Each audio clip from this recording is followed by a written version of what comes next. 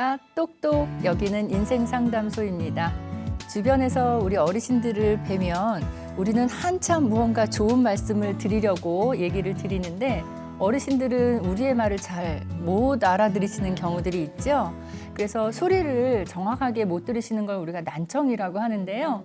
이 난청은 그 원인이 여러 가지가 있어요. 근데 우리가 얘기를 하는 노인성 난청의 경우에는 우리 귀 속에 있는 달팽이관이 기능이 퇴화가 되면서 나이가 드니까 기능이 퇴화가 되는 거죠. 그래서 그로 인해서 이제 소리를 잘 못 듣게 되시는 거를 노인성 난청이라고 얘기를 해요.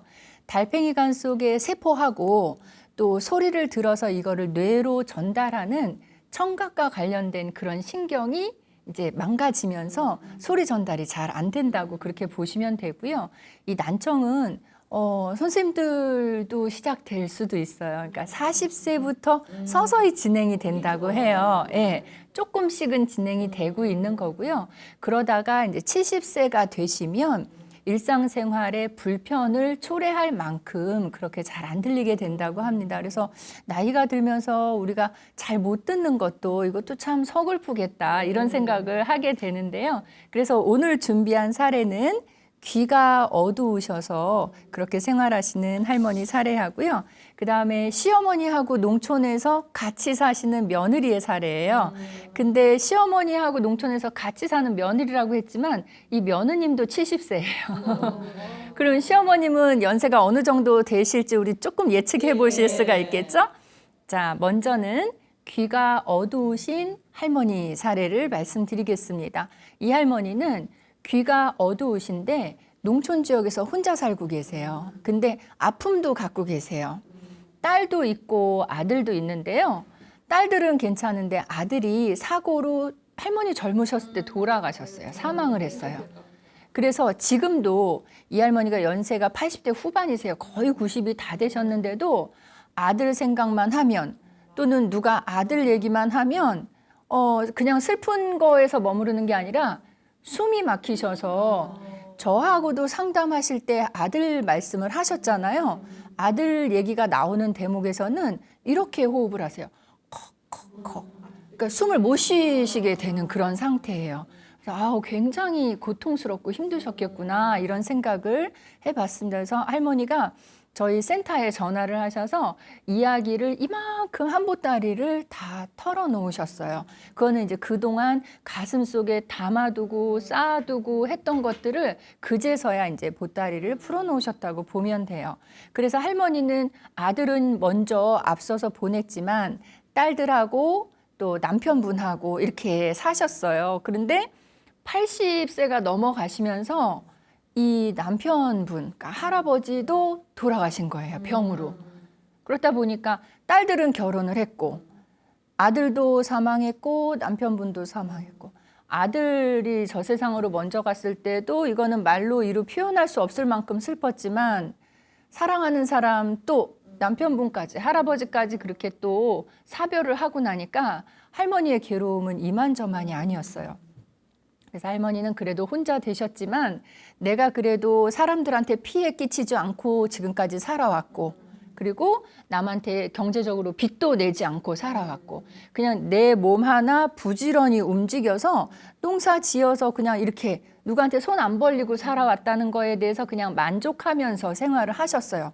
거기까지는 좋으셨는데 그 이후에 청각 장애가 생기신 거예요. 난청이 돼서 이 할머니의 청각 기능이 어느 정도인가 하면 기능을 우리가 지금 선생님들이 이제 제가 말씀드리는 걸 들으시는 게 100% 들린다고 하면 할머니는 10%밖에 안 들리시는 거예요. 그렇죠. 10% 들리시니까 어떻게 대화를 하나 봤더니 사실은 대화는 잘 안 된다고 봐야 되고요. 이렇게 하세요. 그렇죠. 얼굴 표정 보고 입 모양 보고 또 이렇게 왜 대충 분위기 있잖아요. 그거 다 포함시키고 들리는 걸 10% 포함을 시켜서 그렇게 정확하지는 않게 그냥 미루어 짐작하면서 그렇게 이제 의사소통을 하는 분이죠. 그러다 보니까 그래도 좀 다행스러운 거는 할머니가 혼자 사시지만 또 귀가 어두우시지만 농촌 지역에 살고 있어서 농촌은 아직은 왜 어른들도 좀 챙기고 인심도 있고 이런 게 있잖아요. 그래서 동네 분들이 이 할머니 안부 여쭈려고 자주 방문을 해요. 거기까지는 좋은데 방문을 했는데 대화가 안 되는 거예요. 근데 방문해 오시는 분들이 연세가 어떻게 되시는가 여쭤봤더니 이 할머니가 88세인데 그 한 분은 80세. 이게 농촌 지역이라 모두가 다 연세가 높으세요. 한 분은 83 이렇게 되세요. 그러니까 80대 노인 세 분이 앉아 계시는데 어떻게 앉아 계시냐면 그냥 각자 앞에 보고 앉아 계시는 거예요. 그 뭔지 아시겠죠? 툇마루에 다리 이렇게 올려놓고 앉아 계시는 거예요. 할 거 없으니까 이렇게 손이나 만지시고 이러다가 한 5분쯤 계시다가 가세요. 그러면 이제 그분들이 일어나는 모습을 보면서 아, 왜 가? 앉아 더 놀다 가. 이렇게는 말씀을 하시지만 막상 이분들이 더 앉아 계신다 해도 그냥 이렇게 같이 앉아 있다 뿐이지 대화는 안 돼요. 그러니까 대화가 안 되니까 일찍 일어나게 되는 거죠. 그리고 이 할머니도 그 동네에서 오래 사시다 보니까 동네 안에 또 친구 할머니가 있을 거 아니에요. 단짝. 친한 친구가 있어서 친구 집에 밥을 이제 드시고는 마실 삼아 가세요. 근데 이 시골 마을이라 친구 집과 우리 집이 이렇게 뚝 떨어져 있어서요. 걸어가시는데 한 20-30분 걸리세요. 그래도 귀는 어둡지만 다른 부분은 불편함이 없으시니까 뭐 운동한다 생각도 하고 열심히 이제 20-30분을 걸어서 가세요. 가는데 문제는 가서 친구 집 문을 열고 딱 들어갔는데 이제 두 분이 거실에 앉았어요. 마루에 앉으셨는데 역시 멀뚱멀뚱. 그 아까 같은 장면인데 거기다 하나 더 보태어진 거는 그 친구 할머니도 귀가 어두우셔요. 그러니까 중간에 좀 잘 들으시는 분이 한 분이 중간에 앉아 계신다고 하면 어느 정도 좀 소통하는데 중간 역할을 해주실 텐데 두 분 다 청각 기능이 안 되시는 두 분이 대화를 하려니까 참 이거는 난감한 일인 거예요. 그래서 할머니 한 분이 이렇게 얘기하세요. 저기 쌀 들어왔어? 이렇게 물어보시는 거예요. 이렇게 왜 정부에서 주는 쌀 있잖아요. 쌀 들어왔어? 이렇게 물어봤더니 이쪽 할머니가 뭐라고 얘기를 한 거는 같은데 하니까 대충 미루어 짐작해서 딸이 들어왔냐고 쌀이 들어왔냐니까 딸이 들어왔냐고 물어보는 거야. 그러니까 이 할머니도 아, 이건 아닌 것 같다. 표정이 서로. 그러다가 좀 있다가 이제 밭에 혹시 뭐 돼지나 이런 가축들이 동물들이 또 해친 게 있느냐 하는 그런 질문을 하는데 혹시 돼지가 그 밭에 갔었어? 라고 물어봤더니 할머니 옆쪽에 있는 할머니가 호랑이 이렇게 얘기하시는 거예요. 그러니까 전혀 대화가 안 돼요. 그러니까 이제 조금 노력들은 하시는데 그렇게 하시다가 여기도 역시 20-30분을 걸어 가셔 놓고 5분도 못 앉아 계시고 다시 돌아오세요. 갔다 오는데 1시간 5분이면 끝나요. 그렇죠? 그래서 이제 이렇게 지내시는 할머니예요. 그래서 이 할머니 말씀은 어떤 날은 하루 동안 사람하고 말 한 번도 못 해보고 그냥 잠자리에 들어요. 이렇게 얘기하세요. 그렇죠? 그리고 이제 딸들이 그래도 왜 어른들이 딸이 있어야 된다 이렇게 얘기하잖아요. 그래서 딸들이 엄마 귀가 어두우시니까 보청기를 해드렸어요. 근데 보청기도 안 하던 분이 이게 하면은요 갑갑하시대요. 그래서 할머니가 자꾸 이거를 빼서 얹어 놓으시는 거예요. 보청기도 새로운 기계이기 때문에 적응하는 데까지는 조금 참으셔야 되거든요. 근데 참지 않고 이게 답답하니까 자꾸 빼놓아 버릇하니까 점점 더 못하시게 되는 거죠. 그래서 할머니는 다른 사람하고 의사소통하는 게 자신이 없으니까 점점 경로당도 잘 안 가시는 거예요. 예, 경로당이라도 가면 대화가 안 되니까 할머니가 그렇게 말씀하시더라고.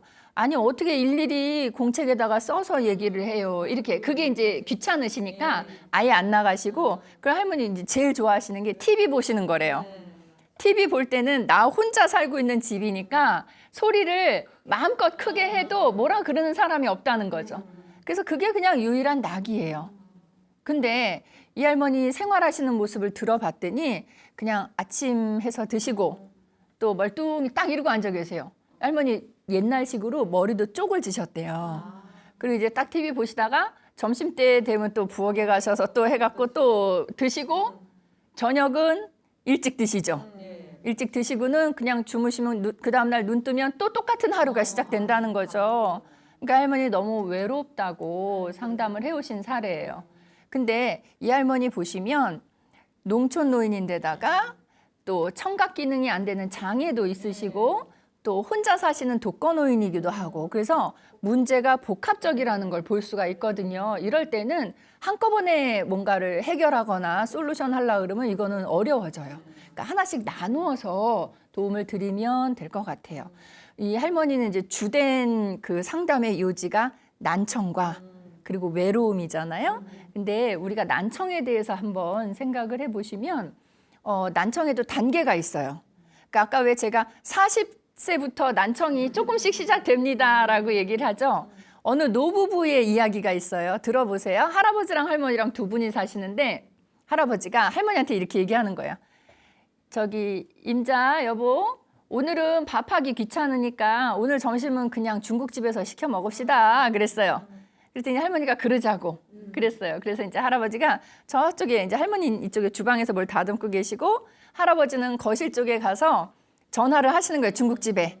그러면서 여기 어딘데 짜장면 하나 주시고요. 그리고 잠깐만요. 그리고 할머니를 향해서 임자 뭐 먹을 거예요? 하고 물어봤어요. 근데 할머니가 대꾸를 안 하셔요. 그러니까 할아버지가 아이 뭐 먹을 거냐고 하고 몇 번을 물어봤는데도 할머니가 대꾸를 안 하시니까 할아버지가 혼잣말로 이렇게 얘기하세요. 그 귀가 먹어가지고 사람 말을 저렇게 못 알아들으니 어떡해 그러면서 중국집에다 그냥 짜장 하나 하고 짬뽕 하나 하고 갖다 주세요 하고 끊었어요. 그랬더니 저쪽에 주방에 계시던 할머니가 할아버지를 향해서 딱 몸을 돌리더니 내가 나도 짜장 먹는다고 몇 번을 대답했는데 그렇게 못 알아듣는다고. 자, 여기서는 할아버지는 할머니가 못 알아들었다고 얘기를 하지만 사실은 할아버지도 난청이 있으셔서 할머니가 대답을 했는데도 못 알아듣고는 계속 대답 안 한다고 재촉을 하셨던 거죠. 그래서 저희가 뭐 웃으면 안 되지만 참 웃었던 그런 사례였던 것 같아요. 우리가 나이가 들어가면서 초고령 노인이 되면 연세가 아주 많아지시면 몸이 허리랑 다리랑 이런 부분들이 불편해져서 다른 사람과 관계를 맺는 게 어려워질 거다 이렇게 많이 생각하는데 사실은 다른 사람과 관계를 맺는데 더 중요하게 위험적으로 작용하는 요소가 청력이에요. 예, 청각 기능이 떨어지는 게 대인관계의 단절을 의미한다고 보시면 돼요. 지금 사례에서도 제가 몇 가지 말씀을 드렸잖아요. 이 할머니 상담할 때는요. 제가 무슨 말씀을 해드리면 할머니가 알아들으셨을까요? 안 되죠. 듣는 기능이 지금 10%밖에 안 된다고 말씀드렸잖아요. 그래서 결국은 할머니가 아까 이야기 보따리 이만큼 털어놓으셨다고 하는데 할머니 혼자 이야기하신 거예요. 그래도 그냥 들어드리는 역할이 필요하셨던 거죠. 혼자 이야기하셨어요. 네. 근데 이 청각 기능이 떨어진다는 건 말소리를 인지하는 기능이 점점 퇴화되는 거예요. 안 들리니까. 그래서 말소리를 인지하는 기능이 떨어지니까 의사소통이 원활하지 않게 되고요. 그리고 이 청각 기능이 떨어지는 거, 이 부분 때문에 치매와도 또 연결이 될 수가 있어요. 그래서 소외감도 느끼시게 되고 상실감도 느끼시게 되고 해서 이 청력이 상당히 중요하구나라는 그런 생각을 해볼 수가 있는데 선생님들도 만약에 부모님이 예전에 비해서 말씀하실 때 목소리가 좀 커지신다 하면은 난청을 좀 생각해 보셔야 돼요. 난청이 좀 심하게 시작이 되시면 어르신들이 내가 못 듣기 때문에 되게 크게 말씀하시는 경향이 있어요. 그래서 부모님들이 예전에는 안 그랬는데 최근 들어서 목소리가 급격하게 커지셨다. 그건 난청일 가능성이 높다는 얘기예요. 그래서 연세가 드시면 뭐 난청뿐만 아니라 퇴행성 관절염이라든가 이런 뭐 척추관 협착증 이런 게 노인들 사이에서는 뭐 한 70% 가까이 그런 경험을 하신다고는 하지만 난청 또한 굉장히 중요한 부분이에요. 난청에도 이렇게 단계가 있거든요. 중도 난청, 또 심도 난청, 고도 난청 이렇게 얘기를 해요. 근데 그러면 노인들은 나이가 들면 잘 안 들린데 우리 이 정도는 알고 있잖아요. 근데 중도 난청일 때는 어느 정도의 목소리로 우리가 말씀을 드려야 어르신들이 들으실 수 있냐면 옆에 세탁기 돌아가는 소리 아시죠? 세탁기가 내 옆에서 바로 옆에서 돌아가고 있다 생각하고 그거를 능가하는 크기의 목소리로 말씀을 드려야 들을 수가 있대요. 네, 그게 중도예요. 그러니까 중도라고 해서 낮은 단계가 아니라 중도 정도면 좀 심한 상태예요. 그러니까 중도 난청이다 그러면 세탁기 돌아가는 소리. 그렇죠. 엄청 크죠. 우리 옆에 세탁기 돌아가면 시끄러운데. 그러면 이제 고도는 중도보다 더 심하죠? 경험해 보셨어요? 기차가 쭉 지나가는 옆에 서 있는 거. 그게 고도예요. 그래서 기차가 지나가는 소리와 함께 대화를 나누고 있다. 이렇게 생각하시면 대화가 전혀 안 되죠. 그 정도 들리는 게 고도 난청이에요. 예. 그러니까 기차역에서 플랫폼에서 기차 기다리면서 우리 친구랑 뭐 이렇다고 저렇다고 얘기하는 그 정도가 고도 난청이에요. 그러면 마지막 거 심도 난청? 심도 난청은 그냥 대화가 소리가 거의 안 들린다고 생각하시면 돼요. 근데 이 세 단계 모두가 노년기에 난청을 경험하실 때 많이들 겪게 되는 그런 문제라고 해요. 그러면 아까 왜 부모님들이 목소리가 갑자기 커지시면 우리 난청을 조금 의심해 보세요라고 얘기를 했는데, 난청은요, 아까 뭐 달팽이관 얘기도 하고 청각, 뭐 세포 얘기도 하고 말씀을 드렸지만 회복되거나 치료되기가 어려운 질환이에요. 그래서 예방을 하신다든가 아니면 난청이 좀 시작되나 보다 하면 관리를 하신다든가 이런 노력들을 해드려야 되는데, 그 중에 하나가 이제 아까 따님들이 해주셨던 보청기 부분이라고 보시면 됩니다. 저도 보청기에 대해서 잘 몰랐는데 요즘 보청기가 워낙 다양하게 나오고 보신 분들 보시겠지만 참 예쁘게 나오고요. 그래서 어느 보청기는 봤더니 색깔을 달리해서 오른쪽 왼쪽. 그러니까 옛날에는 우리 왜 오른쪽 영어로 R, 왼쪽은 영어로 L 이렇게 그것도 엄청 작게 써 있잖아요. 보청기 자체가 작으니까. 어르신들은 이거 못 읽으세요. 안 보이세요. 예. 근데 어느 날 제가 어르신이 착용하신 보청기를 빼서 보여주길래 봤더니 하나는 아주 되게 예쁜 영롱한 빨간색, 하나는 영롱한 파란색. 왜 우리 청사초롱처럼. 그러니까 이 어르신들이 이게 왼쪽인지 오른쪽인지 글씨를 찾으실 필요가 없어요. 색깔만 보고 딱 착용하시면 돼요. 그리고 귀 속에 쏙 들어가기 때문에 안 보입니다, 밖에서는. 그래서 그런 것들 노인의 취향에 맞게 우리가 또 이렇게 알아봐 드리면 좋을 것 같아요. 보청기가 여러 가지 기능을 하게 되는데요. 제가 지금 말씀을 드릴 때 선생님들은 정확하게 들리시죠? 네. 이게 들리실 때 제 목소리가 이렇게 직선으로 가서 귀로 딱 들어가는 게 아니고요. 이렇게 가요. 파장으로 가는데 보청기를 착용했다라고 하면 요 파장이 보청기를 착용했을 때 요만한 보청기가 있고요. 파장을 흡수할 수 있는 폭이 이만한 보청기가 있어요. 그러니까 만약에 통로가 이렇게 얇은 통로의 보청기가 있고 이렇게 넓은 통로의 보청기가 있다고 보시면 돼요. 그래도 비율적으로 보청기의 모양 자체가 좀 작은 게 얇은 통로이고요. 그러니까 안 한 거보다는 이걸 했을 때 이만큼은 커버가 되는 거예요. 만약에 난청이 있는데 보청기를 안 하셨으면 아예 안 들리시는 거죠. 근데 보청기를 하면 요만큼은 커버가 되는 거예요. 근데 얇은 통로의 보청기를 하셨는데 우리가 내는 소리는 이 밖으로 넘치게 소리가 진행이 된다. 그러면 요 밖으로 넘치는 그 부분은 그냥 지금 들리시는 이 목소리로 들리는 게 아니라 찌그러진 음처럼 들린대요. 그러니까는 그럴 때는 우리 안경하고 똑같다고 보시면 돼요. 처음에 안경 맞추지만 노안이 와서 안경을 맞추지만 또 한 뭐 1년, 2년 지나면 이게 더 안 좋아지니까 다시 새로 맞추시잖아요. 보청기도 처음에는 작은 거, 보통 정도의 거를 맞추셨다가 착용하셨다가 연세가 들어가시면서 조금 더 큰 또 커버력이 더 좋은 그런 보청기로 또 바꿔서 해드리면 될 것 같습니다. 다행히도 그래도 이 할머니는 농촌에서 혼자 지내시지만 딸들이 아주 가까이 살지는 않지만 이렇게 교대로 일주일에 한 번씩 와서 반찬도 챙겨드리고 또 이렇게 밥도 이렇게 챙겨드리고 잘 지내시는지 확인도 해드리고 이렇게 하고 있어요. 원래 우리나라의 독거노인들이 워낙 많아지시다 보니까 독거노인 관련되는 지원 프로그램들이 사회적으로 많이 만들어지고 있거든요. 근데 그 대표적인 게 뭐냐면 독거노인들한테 안부전화 서비스 해드리는 거예요. 근데 안부전화 서비스가 이 할머니한테는 아무 소용이 없잖아요. 못 들으시니까. 그래서 이런 할머니한테는 안부전화 서비스가 아니라 방문 서비스가 필요한 부분들이죠. 이런 것도 있어요. 노인 지킴이 같은 시스템이 있어서 그런 거 우리나라도 이제 많이 설치를 더 하면 좋은데 혼자 사는 노인 집에 센서가 부착이 돼 있는 거예요. 그래서 이 노인이 움직일 때마다 이 센서가 반짝반짝 느끼는 거예요. 느끼는데 노인의 움직임이, 집 안에서의 움직임이 1시간이면 1시간 이렇게 정해놓은 시간 동안 한 번도 움직임이 감지가 안 된다. 그러면 올라오시는 거예요. 그러니까 독거노인을 위해서는 이런 것들이 필요할 것 같아요. 여기 이 할머니 같은 경우는 농촌 지역에 사시니까 혼자 사시죠, 집에서. 그러니까 만약에 이런 그 센서가 부착이 되어 있으면 동네에 무슨 뭐 마을회관이나 이런 데서 어느 한 분이 그거를 늘 예의주시하고 있다가 움직임이 없어서 센서가 울리면 바로 집으로 찾아뵐 수 있도록 이렇게 하는 방법들이 좋을 것 같아요.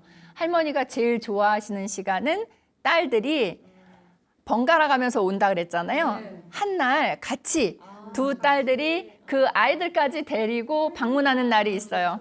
그래서 이 방문하는 날은 할머니가 어떻게 하시나 봤더니 그 농촌이라서 왜 마당에서 요만한 마루를 거쳐서 방을 들어가거든요. 그 마루 밑에 디딤돌이 있어요. 신발 벗어서 올려놓는. 옛날에 고무실 이렇게 가지런히 놓는.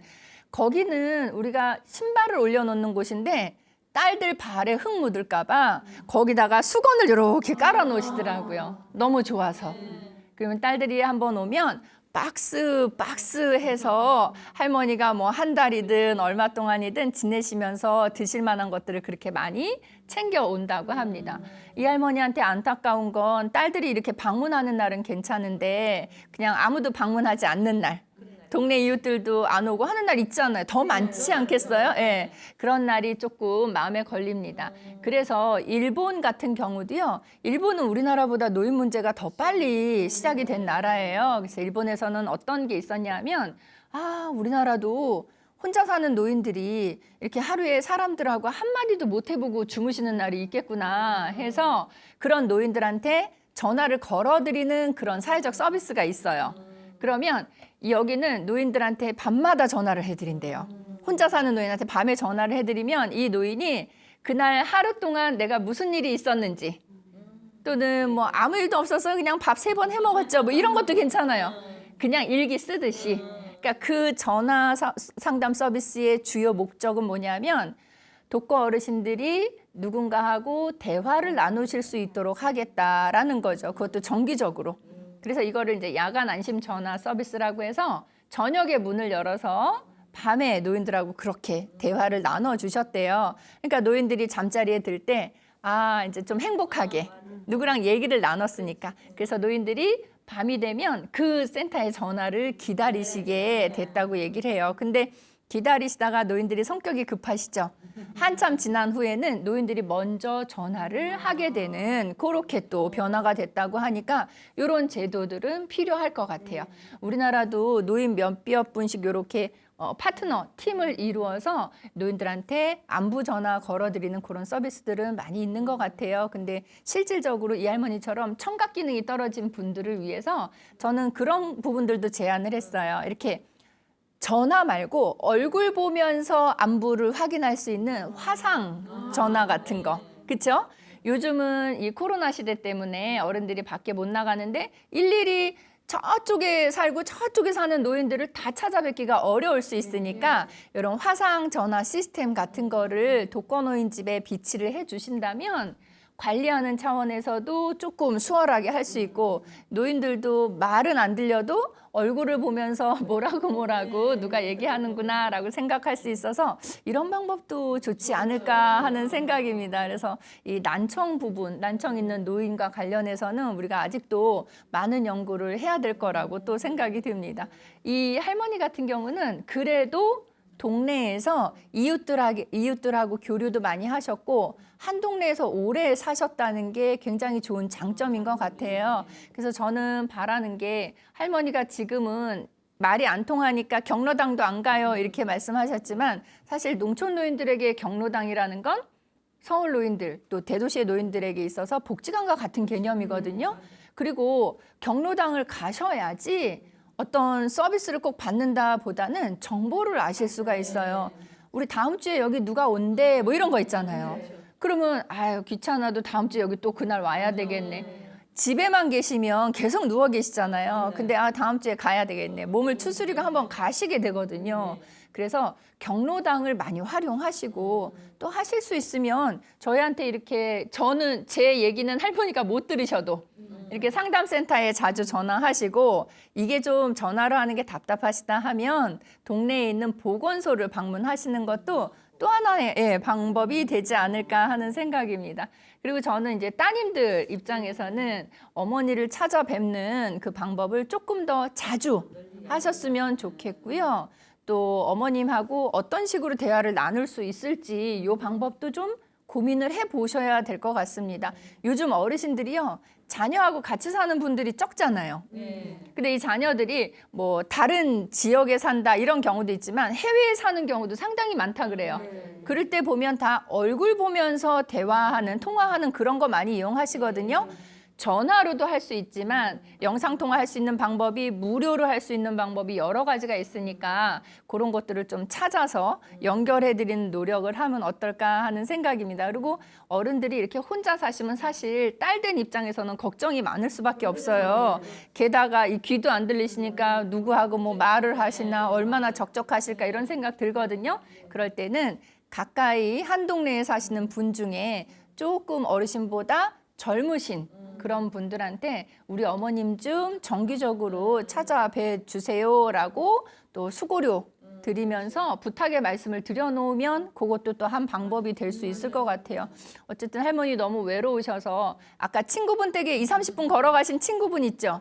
그 할머니는 그래도 그 할머니에 비하면 좀 나으신데 그 할머니는 난청도 심하시지만 허리가 안 좋으셔서 이 할머니가 그 할머님 댁에 가면 거의 기어서 나오신대요. 그러니까 하루 종일 누워 계시는 거죠. 그래서 이렇게 이런 사례들을 들어보면 우리나라의 이 농촌 노인들, 농촌에서 혼자 사시는 노인들이 그냥 아무런 어떤 즐거움이나 삶의 어떤 활력소 없이 그냥 하루 종일 방에서 누워서 지내시는구나 이런 생각을 많이 하게 돼서 왜 우리 서울이나 대도시에서 공연 같은 거 어르신들 많이 보시지만 공연이 왜 그런 표현이잖아요. 지방 순회 공연. 그래서 공연을 하거나 프로그램을 하거나 하시는 분들도 정해진 장소에서만 하시기보다는 지방에 가셔서 이렇게 한 번씩 하시면 어떨까 하는 생각입니다. 저는 강의를 할 때 그래도 1년에 몇 번씩은 뚝 떨어진 섬에 가서 강의를 해드려야겠다라는 마음을 먹은 적이 있어요. 그래서 한 번은 배를 타고 한참 들어가야 되는 곳에서 강의를 했어요. 근데 그곳 어른들이 저에게 배를 타고 들어올 때 차를 싣고 들어오지 말고 그냥 그 배 타는 곳에다 주차를 해놓고 들어오래요. 몸만 들어오고 나갈 때 그 배를 타고 와서 또 차를 타고 가라고 말씀하셔서 그렇게 했는데 이분들은 외지 사람이 강의를 하기 위해서 노인복지를 위해서 이 섬까지 와준 거에 대해서 너무 감사하다고 말씀을 하시더라고요. 그래서 강의를 하고 돌아오기 위해서 배를 탔는데 저만 배에 태우는 게 아니라 뭘 자꾸 집어 던지시더라고요. 뭘 던지나 봤더니 다 이런 주머니들이에요. 보호제기 뭐 이런 거에서 나중에 와서 봤더니 거기서 직접 이렇게 왜 옛날식으로 만든 엿도 들어있고요. 무슨 곡물 같은 거 뭐 찹쌀 이런 것도 들어있고 어마어마하게 들어있더라고요. 그래서 갔다 와서 그거 너무 정겹잖아요. 그래서 주위 분들하고 나눠 먹고요. 그 다음에는 제가 다시 전화를 드렸죠. 너무 고맙다고. 그래서 다음에는 제가 가서 하룻밤 자고 올 수 있도록 그 다음날 스케줄을 비우고 한번 다녀오겠습니다. 이렇게 말씀드렸더니 너무 좋아라 하셔서 이렇게 농촌이든 외딴 섬이든 이런 데 지내시는 분들은 외부에서 와서 도움을 주는 그런 손길들이 참 그리우시구나 이런 생각을 해볼 수가 있었습니다. 그래서 귀가 어두우신 분들에 대해서도 우리가 어떻게 해야 난청이 시작됐는지도 파악해 보시고 하실 수 있는 방법들을 얘기할 수 있는 그런 사례였던 것 같아요.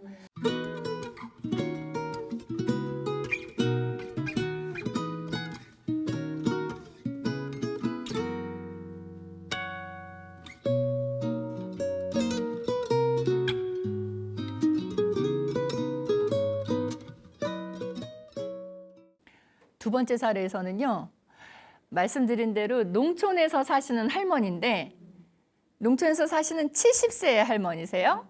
근데 시어머니랑 같이 살고 계세요. 시어머니는 97세예요.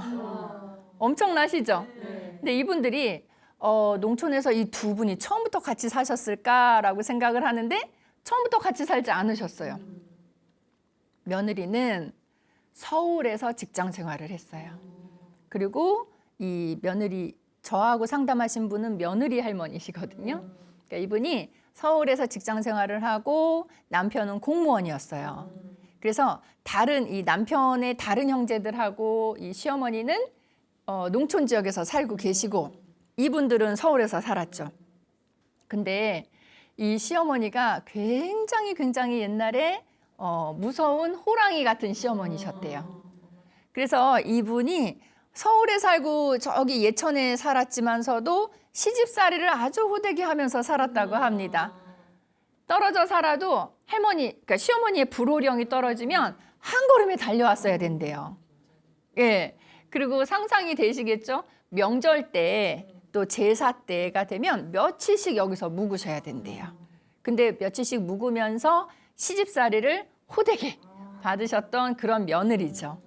아, 참 생각만 해도 너무 힘들었을 것 같아요. 게다가 또 직장 생활도 또 하셔야 되니까. 자, 그렇게 지내셨는데 며느리가 그 서울에서 살다가 남편분이 먼저 이제 돌아가셨어요. 그러니까 이제 혼자 되신 거죠. 그리고 며느리는 퇴직을 했어요. 직장 생활에서 이제 퇴직을 하고 나니까 며느리는 이제 서울에서 혼자 사는 거예요. 그리고 어느덧 할머니는 연세가 90을 훌쩍 넘기신 상태죠. 근데 이 며느리가 어느 생각을 했냐면 우리 어머님이 농촌에서 혼자 저렇게 연로하신 데 사시는데 내가 가서 같이 살아드려야 되겠다 이렇게 생각한 거예요. 참 대단한 결심인 것 같아요. 게다가 남편이 있는 것도 아니고 남편도 돌아가셨는데 나 혼자 가서 연로하신 어머니랑 같이 살겠다. 그것도 젊었을 때 얼마나 시집살이를 많이 했고 시어머니가 호랑이같이 무서워요 라고 얘기했던 분인데 참 어른들 표현으로는 기특한 생각을 하신 거예요. 그래서 갔어요. 가서 지금 같이 살고 계시는데 처음에는 며느리가 시어머니 집으로 들어갈 때는 어떤 큰 마음을 갖고 들어갔을 거 아니에요. 나도 좀 효도 좀 해볼까 뭐 이런 생각도 들었을 거고. 근데 현실은 달랐던 거죠. 이 할머니는 평생을 농사를 지어오신 분이에요. 그래서 농사일에 대해서는 이 할머니만한 전문가가 없는 거죠. 근데 이제 며느리가 지금 나이 다 들어서 같이 살겠다고 들어왔으니 할머니 생각에는 농사일을 가르쳐줘야 되겠다라고 생각을 했고 며느리도 농사일을 배우겠다고 얘기를 했어요. 자기도 여기 농촌으로 들어가겠다고 결심한 데에는 가서 농사일을 내가 배워야지 같이 살 수 있지 않을까 이렇게 생각을 한 거예요. 그랬는데 막상 하다 보니까 이 두 분이 트러블이 많아진 거죠. 할머니가 보시기에는 설명한다고 설명을 해도 생각해 보세요. 50년, 뭐 60년, 70년 이상을 농사를 지어오신 전문가인데 며느리는 회사에서 이렇게 펜하고 서류만 하던 사람인데 내가 지금 이거 일러준다고 째깍째깍 그렇게 할 것 같으면 농사가 그렇게 쉬운 게 아니잖아요. 그러니까 할머니 눈에 안 차요. 안 차는데 할머니가 옛날에는 호랑이 같은 시어머니였다 그랬죠. 근데 할머니도 아셔요. 내가 나이가 많이 들었다는 걸. 그래서 지금은 예전보단 좀 덜해지셨어요. 덜해졌다는 게 뭐냐면 옛날 같았으면 며느리한테 뭐 일러줬는데 못한다. 그러면 바로 불호령이 떨어졌을 텐데 지금은 하고 참으시는 거예요. 화는 못 내시고. 뭔지 아시겠죠? 그래서 이 며느리를 보면서 할머니가 완전 답답해 하셨어요. 그리고 할머니가 답답하면 어떻게 하시나 보니까 휙 나가셔요. 문 열고 나가셔서 그 텃밭을 바로 일구시고 들어오는 게 할머니의 해소법이에요. 스트레스 해소법.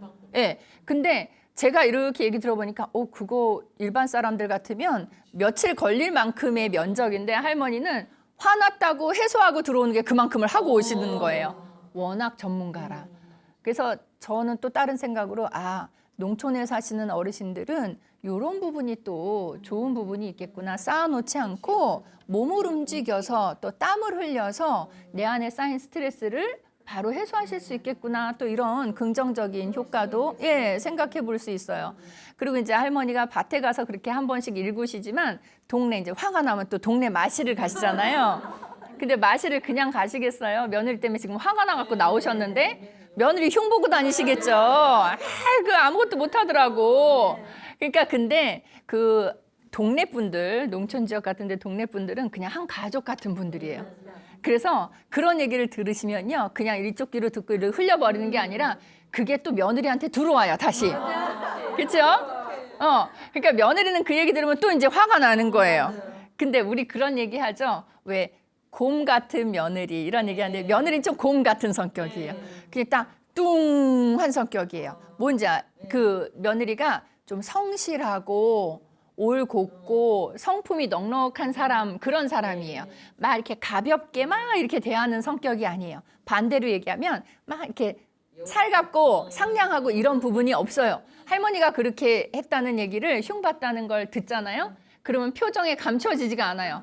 그러니까 입 내밀고 진짜 곰처럼 하고 있는 거예요. 근데 저는 그런 얘기했어요, 이 며느님한테. 할머니가 농사에 대해서 일러주시다가 가르쳐주다가 너무 답답해서 나가시잖아요.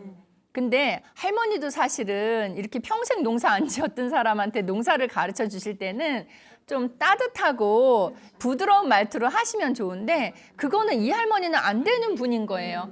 평생 이렇게 살아오셨어요. 근데 이제 와서 며느리한테 농사 가르쳐 준다고 부드럽게가 갑자기 될 리가 없잖아요. 그리고 이렇게 퉁명스럽고 묵뚝뚝하게 이렇게 쏘듯이 가르쳐 주시는 게 나름대로는 할머니식의 애정 표현이라는 거예요. 며느리는 그걸 아셔야 돼요. 그러니까 우리 어머님이 나를 싫어한다가 아니라 내가 기왕 어머님의 이 농사일을 배우기로 마음을 먹었다고 하면 어머님의 싫은 소리도 그냥 우리가 받아들여야 돼요. 그렇죠? 그리고 어머님이 이렇게 퉁명스럽게 얘기하시는 게 그거는 어머님식의 애정 표현이었다고요? 네, 알겠습니다. 이렇게 받아들일 필요가 있어요. 실제로 거꾸로 할머니 입장에서 한번 생각해 보세요. 아니, 퇴직도 하고 나이 70 다 됐고 남편도 다 여였는데 이 며느리는 나하고 이 피를 나눈 사람도 아니잖아요. 근데 내가 지금 혼자 산다고 해서 여기 들어온 거예요. 이 할머니가 이 며느리를 미워할 이유가 없어요. 네. 그리고 동네에 마실 나가셔서 며느리 흉을 본다 그랬죠? 이거는 자랑을 하신 거예요. 흉을 어떻게 보셨냐면 농사도 일러줘도 저렇게 못하는 사람이 또 있을까 이렇게 흉을 봤거든요.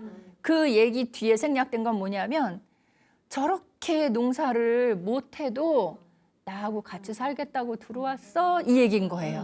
그러니까 동네 사람들아 우리 며느리 이런 며느리야. 농사 저렇게 모르는데도 본인이 좋아하지 않는데도 나랑 살겠다고 들어온 애야. 이렇게 자랑하고 싶으셨던 거예요.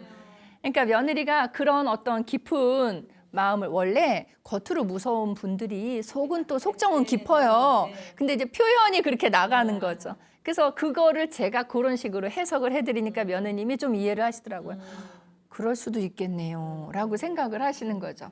자, 그러면 이제는 좀 생각을 바꾸셔서 어머님이 나한테 이렇게 무섭게 대하시는 건 나름대로 어머니식의 애정 표현이구나 이렇게 받아들이셨다면 앞으로는 어머님이 그렇게 말씀하시거나 나를 구박하시거나 해도 좀 덜 노엽겠죠.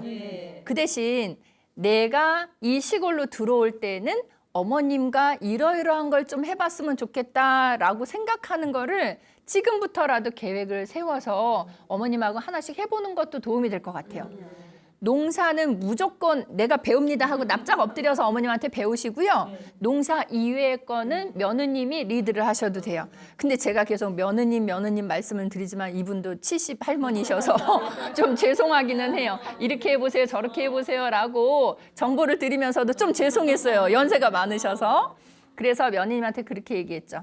할머니는 뭐 고추, 배추 뭐 이런 거 하시잖아요. 그러니까 며느님은 그 한쪽 모퉁이에다가 예쁜 꽃도 한번 심어 보시라고. 할머니가 고추랑 배추 같은 것만 좋아하시는 거 아니라고. 꽃 심어 놓으시면 할머니도 여성이기 때문에 꽃 보면서 참 좋아하실 수 있다고. 그렇겠죠? 그리고 농촌 지역의 어르신들 보면 거기 텃밭에서 나는 곡물들이 많기 때문에 그걸로 주로 이제 뭐랄까 식사 재료를 그걸로 주로 삼아서 만드시죠. 물론 건강식이고 다 좋지만 며느님 입장에서는 왜 특별식 같은 거 농촌 지역에서는 잘 안 해 드시는 거를 한 번씩 어머님하고 함께 만든다거나 아니면 며느님이 만들어서 어머님에게 맛을 보실 수 있도록 해드리는 것도 어머님에겐 좀 신선한 어떤 자극이 될 수 있지 않을까 해서 어떤 특별한 요리도 한 번씩 해보세요. 그러면 어머님은 그러겠죠. 어이구, 곰같이 아무것도 못하는 줄 알았더니 이런 것도 다 했네. 아니면 또 뭐라고 얘기하세요. 이렇게 퉁명스러운 할머니라고 하면 야, 이게 뭐다냐? 이렇게 또 얘기를 하시겠죠. 근데 좋으신 거죠. 네, 그래서 그런 것도 한번 해보시고, 또 그래도 97세 할머니보다는 70세이신 분들이 좀 젊으니까 어머님께 요즘 최신 유행하는 노래를 좀 가르쳐 드리는 건 어떨까요? 이렇게 말씀을 드렸어요. 왜냐하면 이 할머니는 뭐 귀가 어두우시거나 그렇지는 않으시니까. 그래서 요즘 유행하는 노래를 굳이 가르쳐 드리라는 얘기는 그 노래가 TV에 자주 나오니까. 옛날 노래도 좋지만 최신 유행곡을 가르쳐 드리면 TV 나올 때마다 할머니가 그걸 따라서 부르시거든요. 그리고 나 저거 안다고. 그러니까 효과가 더 좋아질 수밖에 없어요. 그래서 그런 것도 괜찮을 것 같고요. 또 노인분들을 대상으로 하는 음악 치료 같은 거 할 때 사용하는 악기들, 도구들이 있거든요. 근데 참 그게 소리만 다양한 게 아니라 재밌어요. 그 음악 치료 해주시는 분이 이런 바구니에 계란을 담아가지고 와서 요 달걀을 한 분씩 이렇게 나눠드리거든요. 근데 받으시는 어르신들 입장에서는 이 계란 깨지면 안 되니까 이렇게 조심스럽게 받는데 이분이 나눠드리다가 이쪽에 가져가다가 하나 떨어뜨린 거예요. 그럼 나머지 어르신들이 하고 놀라는데 안 깨져요. 계란하고 똑같이 생겼지만 이게 악기였던 거예요. 안에 빈 통이고 안에 알갱이 같은 게 들어있어서 흔들면 소리가 나요. 그러니까 재밌잖아요. 그리고 시어머니하고 아, 정말 귀찮게 하네 라고 얘기하실 정도로 다양한 프로그램을 한번 해보시면 좋은데요. 그런 거 있잖아요. 요새는 그 뭐 명화 있죠. 유명한 작품을 색깔 칠하는 거, 내가 직접 칠하는 거 있어요. 근데 어떻게 칠해요? 그랬더니 그림은 그려져 있고 색깔 칠하는 거에 번호가 이렇게 있어요. 번호대로만 칠하기만 하면 되는 거예요. 그러면 훌륭한 작품이 되니까 그런 것들도 해서 어머님하고 며느리가 같이 한 거다 해서 이렇게 걸어 놓으시는 방법도 좋지 않을까 싶습니다. 생각을 해보시면 내가 어머님한테 계속 구박받고만 사는 그게 중요한 게 아니고 내가 할 수 있는 것도 생각을 해두시면 좋죠. 이 할머니 입장에서는 농사일을 며느리한테 열심히 가르쳐 주셨던 이유는 우리 사람에게는 다른 사람이나 나 스스로에 대해서 인정받고 존중받고 가치 있는 사람으로 여겨지고 싶어 하는 인정 욕구라는 게 있어요. 그러니까 내가 이걸 잘하는 거죠. 다른 사람에 비해서. 그래서 이제 그런 것들도 함께 생각해서 같이 해보시면 좋지 않을까 하는 생각입니다. 며느리가 뚱하다고는 하지만 그래도 시어머니하고 대화를 나누는 방법도 같이 의논해 보시고 한다면 훨씬 두 분이 잘 지낼 수 있지 않을까 하는 그런 생각도 해봤습니다. 그렇죠? 그리고 지금 며느리는 원래 서울에 살다가 왔잖아요. 근데 처음부터 서울에 살 때 어머님하고 다른 이 남편의 다른 형제분들은 그 예천에 같이 산다고 했거든요. 그러니까 며느리 혼자서 이렇게 어머님하고 이렇게 지내시지 말고 다른 형제분들하고의 만남 자리도 좀 마련하시면 좋을 것 같아요. 근데 어머니하고 이 며느리는 진짜 안 맞아도 진짜 많이 안 맞는 것 같기는 해요. 제가 얘기를 들어봤더니 하루 종일 싸우더라고요. 근데 저는 그 생각했어요. 이 할머님이 지금 97세잖아요. 근데 건강하시거든요. 근데 97세인데 건강하고 정정하고 이렇게 지내실 수 있는 원동력? 에너지가 뭘까라고 보니까 며느리랑 싸우는 게 아닐까 싶어요. 싸운다고 표현을 했지만 며느리하고 대화를 하는 거죠. 물론 의견이 일치하지는 않지만 우리가 대화할 때 항상 일치할 필요는 없잖아요. 아웅다웅 싸우는. 근데 그게 싸우는 내용을 들어봤더니 며느리가 농사에, 할머니 표현은 그렇대요. 며느리가 농사에 대해서 농자도 모르면서 니은자도 모르면서 할머니가 뭐 하라고 얘기하면 그대로 하는 게 아니라 어머니 이건 이렇게 하면 안 돼요 이렇게 얘기를 했다가 혼나는 거래요. 그러니까 이분들이 하루 종일 싸우는 게 아니라 하루 종일 며느님이 혼나는 거라고 생각하시면 될 것 같아요. 모습이 좀 그려지지 않아요? 아웅다웅 싸우지만 왠지 보는 사람 입장에서는 웃음이 자아지는 그런 고부간의 모습이었던 것 같아요. 그래서 저는 참 고마운 생각이 들었습니다.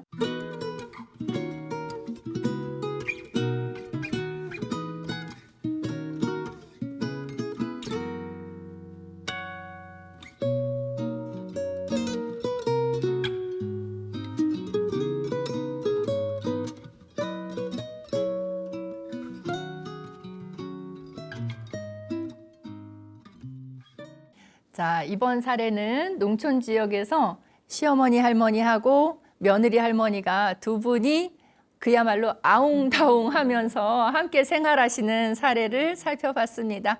두 분이 이 시간 이후로 더 즐겁게 생활하시기 위해서는 서로의 마음을 제3자인 상담자를 통해서 좀 확인하는 그런 중간 과정이 필요했고요. 그래서 그 마음을 이해를 하셨다면 이제는 며느리가 너무 수동적이지만은 말고 며느리가 할 수 있는 그런 일들도 개발을 하셔서 시어머니를 좀 즐겁게 또 신선하게 그렇게 진행을 하시면 하루하루가 조금 더 재미있어지지 않을까 하는 그런 생각입니다. 자, 오늘 이렇게 두 편의 사례를 살펴보았습니다. 난청이 있으셔서 잘 못 들으시는 어르신들 우리가 주의 깊게 보셔야 된다는 말씀을 드렸고, 우리 주변에서 부모님들이 목소리가 갑자기 커지신다거나 하면 혹시 난청인가 라고 생각을 하시고 병원에 한번 모시고 가셔서 보청기 같은 거를 착용을 해주시고요. 이거를 방치를 한다고 하면 이게 결국은 의사소통도 원활히 안 되고 말소리를 이해하는 능력이 점점 기능이 약해져서 나중에는 생각을 하는 그 노력이 덜해지기 때문에 치매로까지도 이어질 수 있다는 그런 말씀을 드렸고요. 두 번째 사례에서는 농촌에서 지내시는 고부간의 이야기를 보면서 어떤 분들은 이 사례를 들으시면서 나도 나중에 농촌에 가서 살 수 있을까? 예. 근데 저렇게 무서운 시어머니라면 좀 어렵지 않을까? 이런 생각도 해보실 텐데, 서로의 이 표현 방식은 다르지만 서로를 대하는 또 서로를 향한 애정만큼은 어느 때보다도 뜨겁지 않았나, 그런 관계이지 않나 하는 그런 생각을 갖게 하는 사례였습니다. 오늘도 두 개의 사례를 통해서 어르신들의 그런 심리 상태를 알아보는 시간이었습니다. 다음 주에는 또 노인분들의 또 다른 고민거리를 갖고 찾아뵙겠습니다. 오늘 시청해 주셔서 감사합니다.